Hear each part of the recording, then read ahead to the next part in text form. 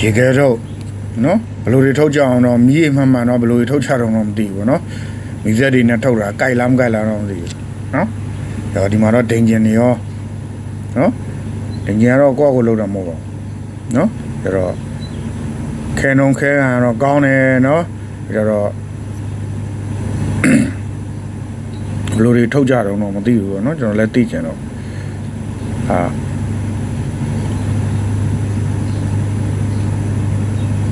ဒီကဲထုတ်တွေကတော့များတယ်ဗျာနော်လာတော့ဝယ်ကြတာပဲကြာဒီနှစ်တွေကတော့ဘယ်လိုအပြိုင်လာမလို့တော့မသိဘူးပေါ့ဗျာနော်ကျတော့ခဲတာရတာတော့နော်ရေကကြောင်းနော်ဒိန်ချင်းနော်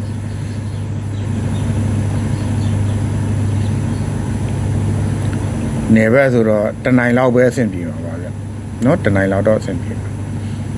ကျန်တာတော့ဒါကြီးတော့အဆင်ပြေပါဘူးပေါင်တုပ်ကြီးတွေဟိုတဲ့တပေါင်ကတော့မထုတ်တော့တာလေတပေါင်မထုတ်တော့ပဲနဲ့ဒီ plastic နဲ့ပဲထုတ်တော့တာနော်